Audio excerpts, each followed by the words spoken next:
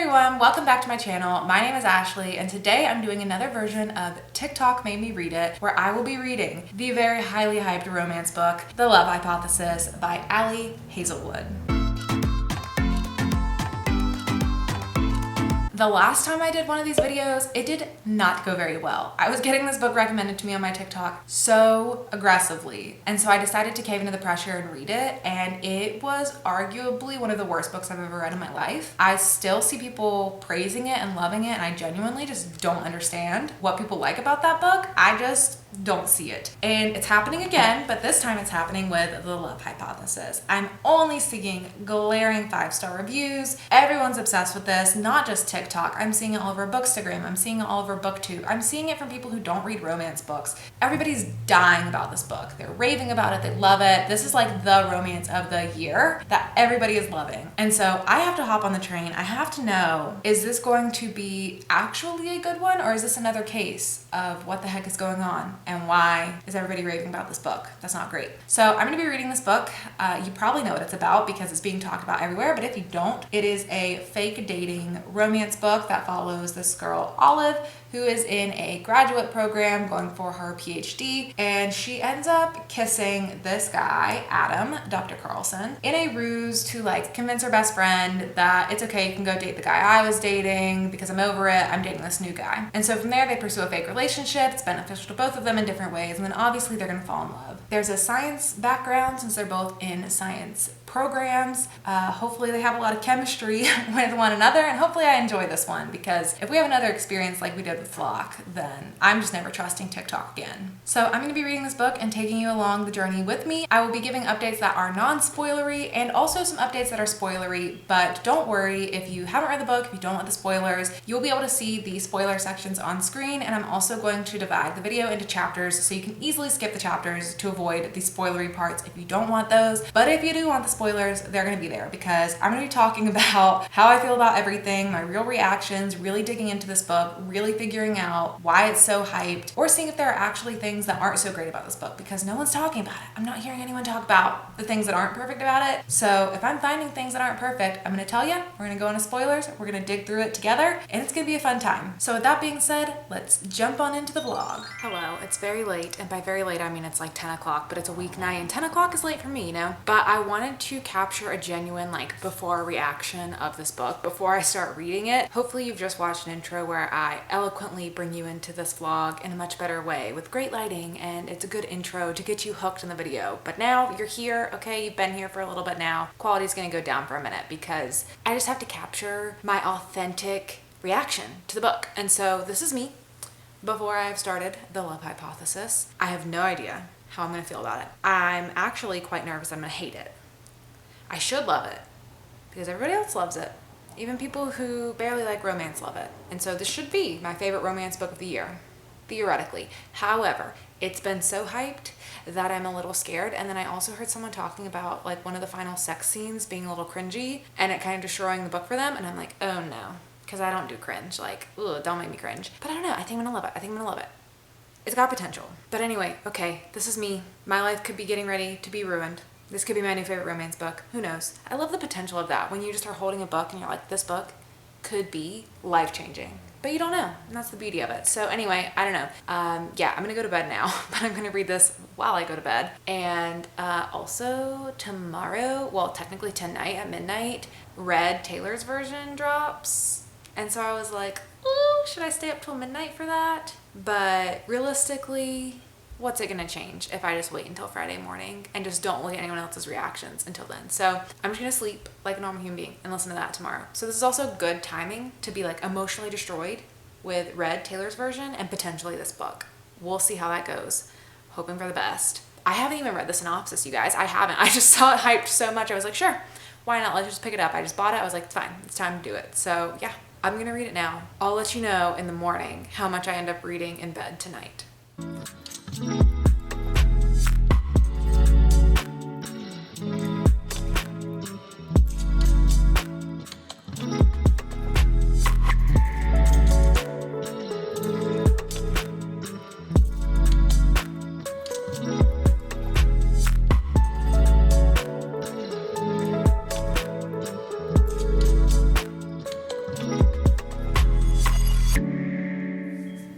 Oh boy, do we have much to catch up on. So this is actually 2 days later. I didn't end up checking in with you yesterday because Red, Taylor's version, dropped, and that literally just took up my entire day, you know, like emotionally, mentally, physically. It was just the whole day. And watching the short film premiering at 7 p.m. was just magical. So good. Loved it so much. Such a good day. So I've ended up doing quite a bit of reading since then. I'm about a third of the way through the book now, and I'm on page 137 at the start of chapter 8. And I have many thoughts, many feelings about this book, some good, some not so good. So I'll start with just some non-spoilery impressions of the book. I'm definitely feeling the chemistry between these two characters and the tension between them as they're in this fake dating situation. I don't read romance a ton, and so I don't have a ton of experience with a lot of different tropes, but I do know that fake dating does work well for me because the To All the Boys I Loved Before movies are my comfort films, and I turn to those again and again, and those are starting on fake dating, and I love those movies so much. So the fake dating trope does work for me. It is working for me in this story. And the tension between the characters, I'm just here for it. It has got me hooked. I like their banter that they have. I like the whole grumpy sunshine thing going on where he's the grumpy and she is the sunshine. And just the chemistry between them is really good. And I'm really liking that. And it's definitely one of those I hate everyone but you type books where he doesn't explicitly hate people, but he's just like an asshole to everyone, and he's known as the asshole professor or doctor or whatever at the university. And so people are like, why are you dating him? Like, he sucks. He's so rude. How could you be with him? And she's like, he's nice to me, even though it's fake for now. However, when it comes to the plot details of this book, the things that are happening, I'm just so pulled out of the story, I think is the best way to describe it, because not only is it unrealistic stuff, it's just like silly at times, the things that are forcing them together in a way that's not just like a cute cheesy rom-com way. It's literally just like absurd at times, certain character actions or things that happened or circumstances that they end up getting led into, and so that will pull me out of the story for a bit, but I'm still interested in the dynamic between the characters. I'm just like, ugh, this is dumb. Like, what is even happening right now? I feel like by the end of this, I could end up getting swept away by it and just so in love with the character dynamic that I end up really liking it. But it is surprising me how scene after scene just continues being just like weird things that are pushing them together that don't make a lot of sense. Or there's just like a lot that's really obvious in the plot. I like my romances to have a little bit more mystery to them. Like, I don't want everything laid out on the table for me about the character's past and things. And everything about this book is just really, really obvious. Like, there's a researcher or doctor that she's trying to reach out to at a different university because she needs to be able to do her research at a bigger lab that has more funding. At the same time, you know that he has a friend coming into town or whatever. I can't remember the exact way it's set up, but like, it's so obvious that it's the same guy, and I don't know, I just like it when there's a little bit more surprises, or just like, yeah, I guess just surprises thrown at the characters that are a surprise to me too. I'm just like, oh my god, I can't believe that just happened to them. I can't believe they're getting forced in this weird situation now. Or like, oh, they're getting forced so close together. How are they going to maintain this fake dating thing? Like, I just want it to be a little bit more fun with the plot points, and they're all just really obvious with no surprises or really weird and cheesy and dumb. So I'll go into a couple of examples of those, but that's going to go into what I call the spoiler section. So if you don't want to know anything about the book, go to where you don't see the spoiler bar anymore, because we will be jumping on into a couple plot spoilers. Okay, so I've been taking notes on my phone of every time I feel removed from the story because I think something was weird or dumb or absurd or cheesy, and it starts immediately with the very first scene of the book. Well, not the first scene, kind of the first scene. The first scene of the book is like a prologue where she's crying in the bathroom and a man comes in and she can't see him because she has contact lens issues, and then he like encourages her to continue pursuing grad school. Obviously that's our guy Adam. I mean, I would be very shocked if it wasn't at this point, but like, I'm pretty sure it's him. And it's just so silly that like she just doesn't know it was him because she was having contact lens issues and couldn't see him. And don't get me wrong, I don't have contact lenses, I don't have glasses or anything, so I don't know like how accurate that would be, but it's really hard for me to imagine that without your contacts in, you really wouldn't be able to recognize a person and his voice. I know there was like some time removed, but that just seemed a little bit too unrealistic to me. I wish there would have been some other barrier as a reason that she couldn't see him. Like she really didn't want to come out of the stall or something. And so she was just like behind the stall talking to him through the stall. I think that would have been a little bit more believable. But then the very first scene of the book, when we jump into chapter 1, and what kicks off this whole fake dating love affair, is she just jumps him in the hallway to kiss him because her female friend is walking by and she is trying to convince her female friend that she is over her ex because she knows her female friend is interested in her ex. And she's trying to be like, oh no, I've moved on. I'm dating someone else so that you can date the ex. I really don't care. I just want to prove it to you that I don't care. And so she just like jumps a dude in the hallway at grad school. And I'm just like, you would never do that. Like, why would you ever do that? Pull him aside, talk to him, look like you're engaged in a conversation to make it look like you're dating, sure. But to just like bump into someone and kiss them, that's a little much. I'm fine with it, whatever, because it leads to the story and the story's fun. And so I'm just letting it be fun, but it's very unrealistic. And then also just generally, it's very obvious that he has feelings for her, which I just wish was a little bit more mysterious. I am glad that they ended up working some stuff into the plot of why this would be beneficial for him to be in a fake dating situation, for like getting his research funding and stuff for the school and making it look like he's committed to staying at the school. I'm glad they did that, because otherwise I was really gonna be like, come on, make it a little bit more mysterious. But I do just wish he was like being a little grumpier towards her. I don't know, it's too quick, too easy, where he very much is like, no, like we don't have to end this. Like, oh, it'd be great to spend more time with you. I would have liked to see a little bit more build to that and started a little bit more grumpy and hesitant. That's just personally how I kind of prefer these arcs to be a little bit more extra grumpy, extra sunshine leading to the love. But then getting back to some more specific scenes, the scene where his collaborator is having a talk and she is attending it because she's trying to get him to accept her to his lab, and so she wants to make an appearance, and then the whole place is packed, it's so full, and then her friend An is like, yeah, sit in his lap, just sit in his lap, it will save us some space. And she sits in this man's lap for the entire talk. I'm sorry, but in what professional setting would that be in any way not looked at? Like, I cannot imagine. I know I'm not in an academic setting anymore, but like I can't imagine being at a talk like this. Like, I used to go to these kind of seminars when I was in school. I can't imagine if I was like dating a grad student, like an MFA student, and sat in his lap at a talk. Like, everyone in the room would look at you and be like, what are you doing? Especially if I was trying to professionally advance with anyone in the vicinity nearby. Like, I would never do that. It's just so unprofessional. Don't get me wrong, I am a sucker for the sitting on the lap trope. Like, when that happens in A Court of Mist and Fury, like, knocked me out, knocked me to the ground. Love those kind of scenes, but it was just not the right setting for that. And I think that's what causes a lot of the unbelievability of what happens in the story, is because they're supposed to be in this academic / professional graduate student setting, and he is like an employee, and there's technically not an issue with him dating her, apparently, because he went to go talk to people about that, because he's not her mentor or anything, but he definitely cannot be involved in any of her research now. It makes things so weird and makes things so unbelievable at times, like the lap sitting thing. And then later when they're at the picnic outside and he's like playing ultimate frisbee shirtless with all these other doctors, I'm like, first of all, why is everyone shirtless? I cannot imagine going to an event with professional colleagues where everyone's shirtless. That just doesn't happen, at least not in my professional settings. I don't know about your professional or academic settings, but that did not happen in either my professional or academic settings. And then the whole thing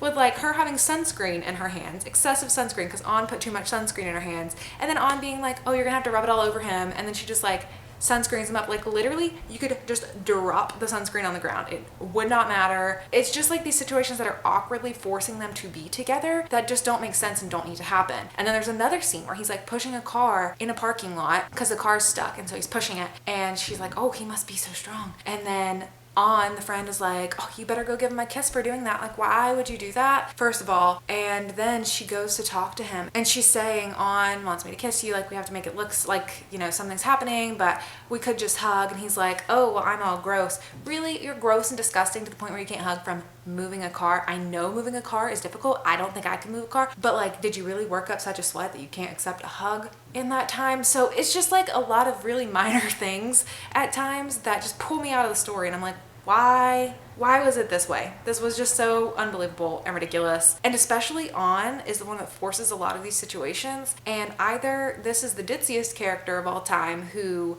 just is totally removed from reality, enforcing a lot of these situations, or she's purposefully doing that because she doesn't believe that Olive is really dating this guy, and she's trying to like break her, like test her to see when is she finally going to break and say like, okay, it's not real. I hope it's that one, because that's the only way I could believe that An would be so persistent with all these weird things like, oh, here's too much sunscreen, you gotta rub it on him, like there's no other alternative, or oh, you gotta go sit on his lap in the middle of this talk, there's no other alternative. Like, it just seems so silly at times. So that's where I'm at now. I'm gonna catch up with the non-spoiler people so they can catch up right here. But yeah, overall, at this point, I'm not hating it, but I'm definitely not like fully immersed, obsessed with it, because there's so many of these moments that pull me out of the story being ridiculous, unrealistic, cheesy, etc. I'm hoping that goes away, but I feel like it's not going to. It just feels like that's how the story is going to be, but at least I'm still having a good time reading it. So I'm going to read a little more, maybe another third of the book, and check in with you in like 100 pages or so and let you know how it's going then. So last night I read a significant amount of this book.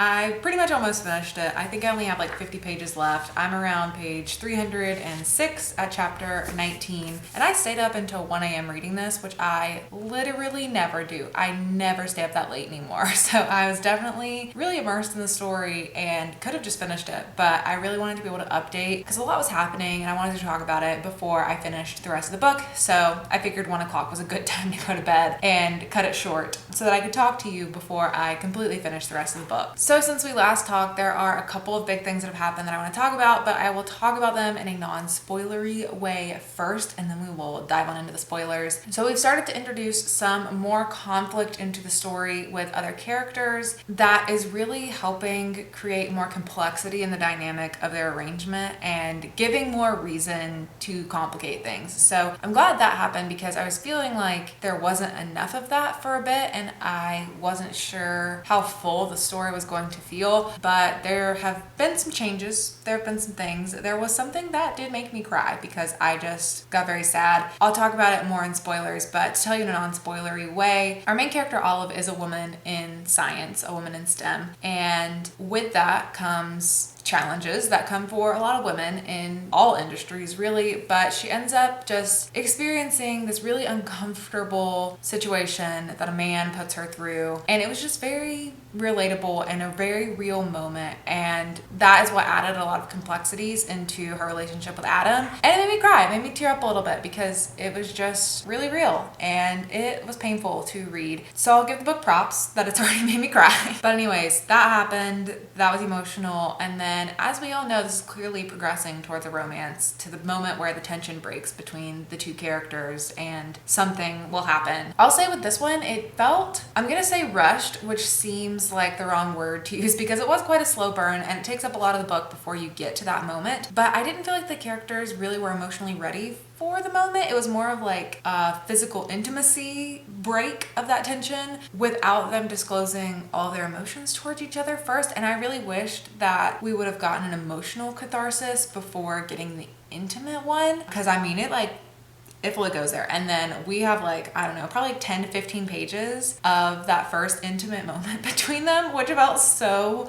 long. Like I wasn't mad at it. I was just like, oh my God, how does this keep going? Like it's one of the longest first intimacy scenes that I have probably ever read because it just does not stop. It just keeps going. But yeah, without that emotional catharsis beforehand, it felt very weird to go from one moment they're fake dating and then the next moment they are like incredibly vulnerable and intimate with one another in a physical way that they had not achieved emotionally yet. And so personally, I just wish there would have been some more emotional character development between them before they jumped to that. And then what I can also say in the non-spoilery part, although I don't feel like I've heard many other people mention this, and so maybe people don't talk about it because they consider it a spoiler, but I don't consider sexuality to be a spoiler. So Olive is demisexual, and that's mentioned more towards the beginning. It's not defined as demisexuality from her perspective. She just talks about how she doesn't feel the desire to be intimate with someone until she like fully trusts them and knows them and has built an emotional connection to them. And from her perspective, that's not something that she like claims and says, I am demisexual, and feels feels like she understands that. She's very confused about it, and she feels like she's broken because of it, that there's something biologically incorrect with her because of this. And she really starts to express that more to Adam as they move into the physical intimacy stage of their relationship. And I really liked that. I liked that she was completely real about it and vulnerable. And the whole time she's very much in her head. She's very anxious about the whole thing. Not in a way that she doesn't want it, but in a way that she doesn't know how to communicate anything about what she does want or why she feels certain ways about things. And so I thought that was written pretty well. I can't speak to that representation from my own personal experience, but I just thought it was written in a way that seemed like it was doing a good job of really actually diving into that aspect of her character and how that affects her relationship with him, especially in the intimate scenes. And so I thought that was done pretty well as well. And then the only other thing that's happened since then, obviously at my point in the book, we're in a romance book. We've had the third act breakup moment, hinging on miscommunication as it almost always does. But honestly, I probably prefer that versus like something bad actually happening that I don't feel like I can forgive the characters for. So we're flowing with it, we're moving through, we see the light at the tunnel. I know they're gonna make up.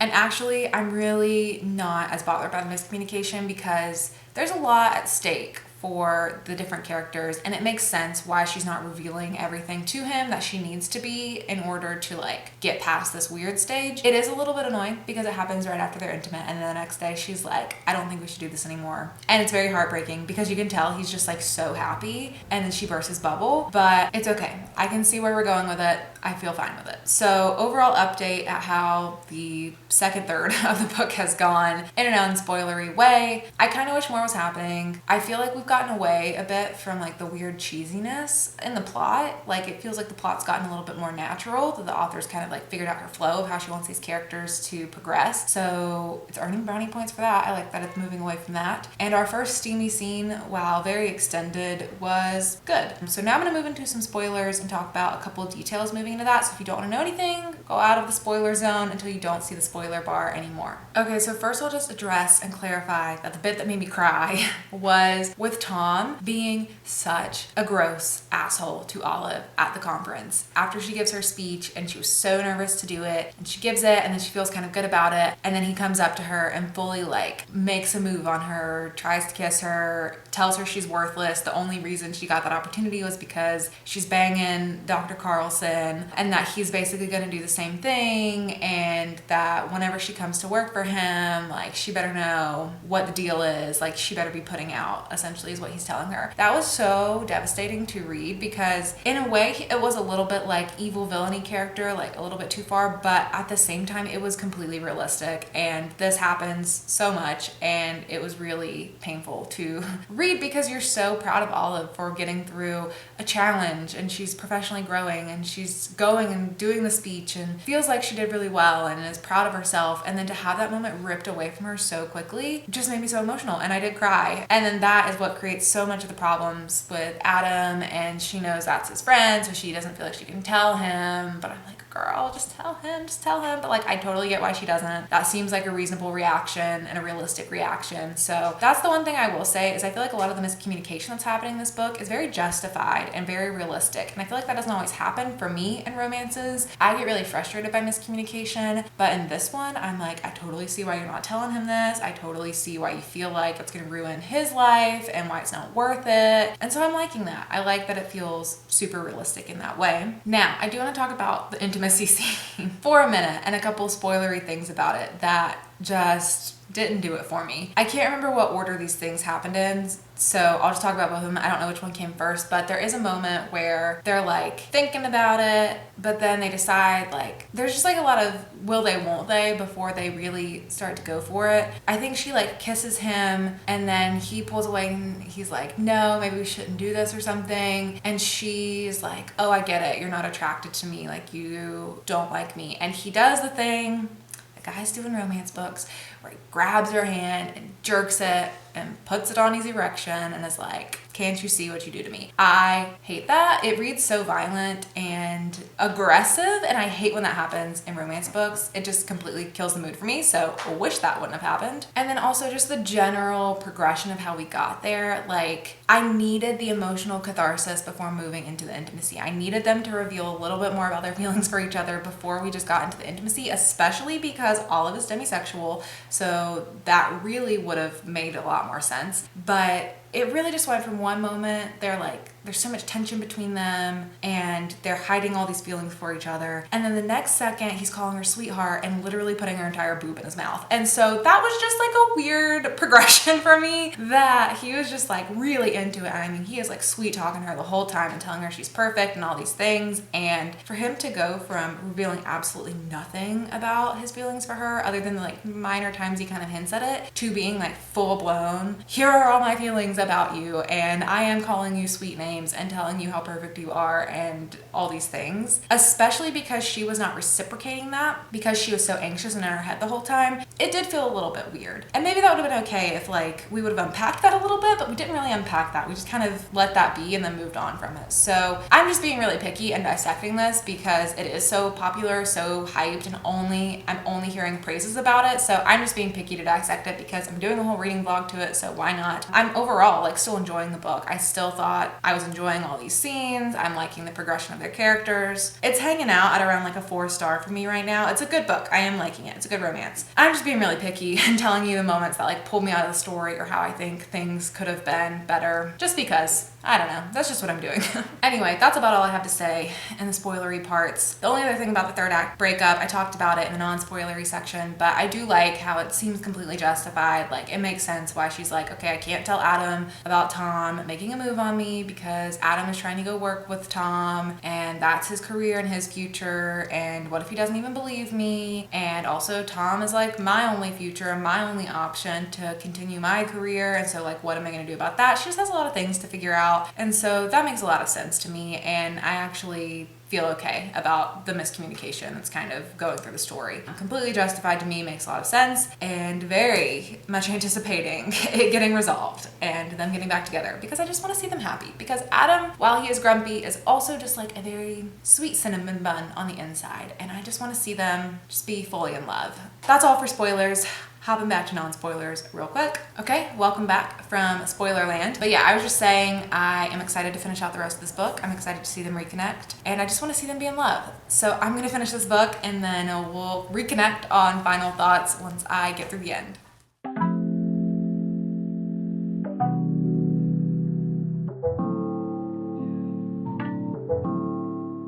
Okay, hello. I have finished The Love Hypothesis, and my final rating is, I think, like a 3-star. I don't fully know how to explain what happened because something about the ending just let me down. And I only had like 50 pages left the last time we spoke. And so I don't know what I expected to happen in those 50 pages, but just more. I was just expecting more from this story. Yeah, I mean, I really just don't know. Probably just because it's been hyped so much, I was expecting more, but it was just kind of simple. The conflict got resolved pretty simply. And from then it was just like, okay, no more fake dating, real dating now. Like a happily ever after, obviously, but I just expected the conflict resolution part to kind of stretch out longer, be a little bit more complex, a little bit more going on there, spending a little more time unpacking that, how the characters deal with that, and it just felt like the story was over. So yeah, considering all my thoughts, how in the beginning the plot points were just all kind of absurd and kept pulling me out of the story, and at the ending kind of left me feeling like I was left hanging, and then the general progression of going from the fake dating to the real dating, it really just felt like a switch flipped, and then it was just like, okay,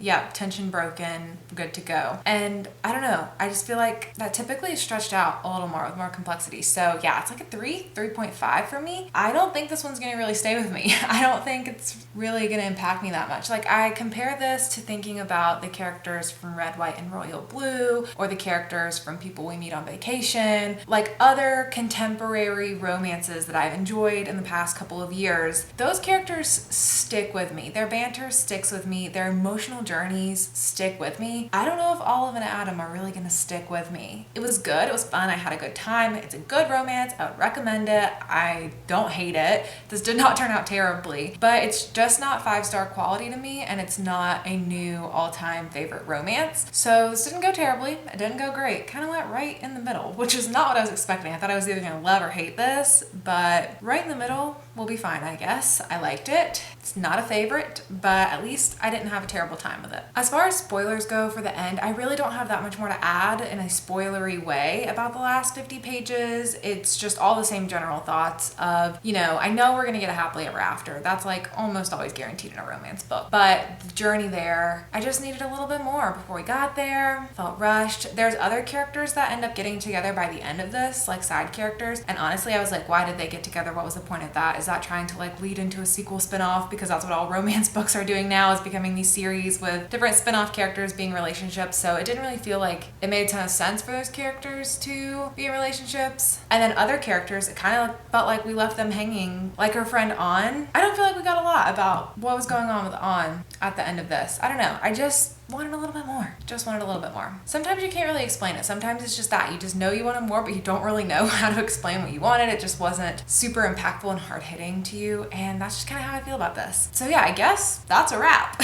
So I hope you enjoyed watching this vlog and hearing my real thoughts and real reactions to this insanely hyped book on the internet right now. I also just like know, because this is a hyped book and this happened with Flock too, there's gonna be people who are upset that I didn't love it, and they're gonna want to argue a little bit in the comments, but it's fine. If you love this book, I'm so happy that you loved it. I'm glad you didn't find it cheesy or unrealistic in parts like I did. Everyone's allowed to have different opinions about books. The point of this was just for me to share my opinion about a super hyped book, and it didn't really even turn out that bad. It's turned out much worse before in the past, so if you thought this was not good, go watch the Flock video, because that was just disastrous. But yeah, I would love to chat more about the Love Hypothesis, so leave me any thoughts you have down below, things you loved. Did you also find it a little bit overhyped and have things that didn't perfectly click for you in the story? Love to chat about all of that down below in the comments. Also, I think I'm going to continue doing these videos. I think they're just fun to grasp onto a hyped book and just spend some time with it and see if it actually meets my expectations. Another book that I know I want to do one of these for is From Blood and Ash by Jennifer L. Armentrout, because everybody's always talking about that on TikTok and I am curious. I just would like to know about it. So I know that one is definitely one that I'm going to do a video like this for eventually. If there's any other hype books that you are curious about, let me know and I will consider adding those to my list for this series as well. But generally I'm just kind of going off of what comes on my FYP. Like there's other stuff like the Madeline Miller books that come up a lot, and like These Violent Delights by Chloe Gong ends up coming up a lot. But let me know what your hyped TikTok books are so that I can potentially add them to this series. But that is it for me. Thank you so much for watching, and I'll see you all in my next video. Bye!